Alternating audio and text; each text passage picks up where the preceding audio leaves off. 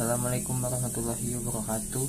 Saya Beatrix Yasyanto Hadiwibowo, mahasiswa Teknik Elektro semester 2, akan mempresentasikan tentang kisah Nabi Daud alaihi salam.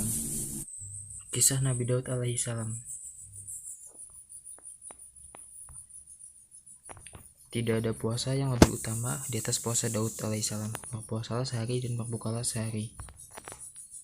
Nabi Daud alaihissalam adalah nabi sekaligus raja dalam kerajaan Israel atau Bani Israel. Daud merupakan keturunan Yehuza bin Yakub bin Ishak bin Ibrahim al-Khalil.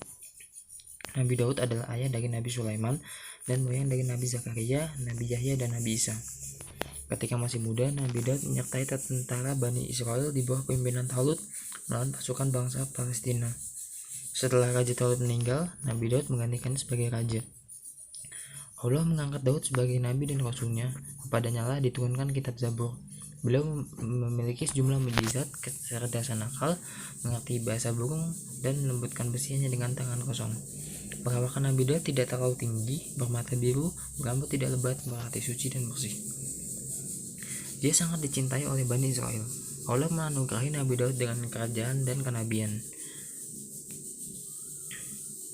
Allah memberikannya suara yang merdu, suara yang tidak diberikan kepada siapapun selain dia, sehingga ketika dia sedang melantunkan Zabur, burung-burung turut berhenti di udara untuk menanggungkan Allah. Allah juga memberinya kemampuan untuk memutuskan perkara dengan adil di antara manusia. Nabi Daud adalah orang yang mulai melakukan pembangunan Baitul Suci yaitu Baitul Maqdis, yang kemudian diselesaikan oleh anaknya Nabi Sulaiman, yang sekarang menjadi tempat Masjid Al-Aqsa. Nabi Daud meninggal pada usia 100 tahun dan dikebumikan di Baitul Maqdis atau Yerusalem. Kepribadian Nabi Daud. Nabi Daud memiliki kemampuan memahami bahasa binatang. Allah juga menganugerahkan kepada Nabi Daud kekuasaan dan kebijaksanaan, serta mengajarkan apapun yang ia hendak ketahui. Kebijaksanaan. Allah menganugerahkan kebijaksanaan dan kefasihan berbicara kepada Nabi Daud, yang dengan itu Allah memerintahkan kepadanya untuk menjadi hakim dan menyelesaikan perselisihan yang terjadi di tengah-tengah masyarakat. Kemampuan Al-Quran menjelaskan Allah menganugerahkan kepada Nabi Daud kemampuan untuk melenturkan besi, sehingga ia dapat membuat senjata atau baju besi dan menjualnya. Suara yang indah. Nabi Daud memiliki suara yang indah yang disebutkan oleh Allah tidak ada yang diberikan kepada siapapun kecuali Nabi Daud. Pencapaian dan keteladanan Nabi Daud. Semangat berperang Nabi Daud. Dalam berbagai literatur tentang kisah Nabi Daud mengisahkan keberanian seorang remaja di medan perang. Ia bahkan berani berperang walau usianya masih sangat muda dan baru masuk remaja. Menjadi raja Bani Israel.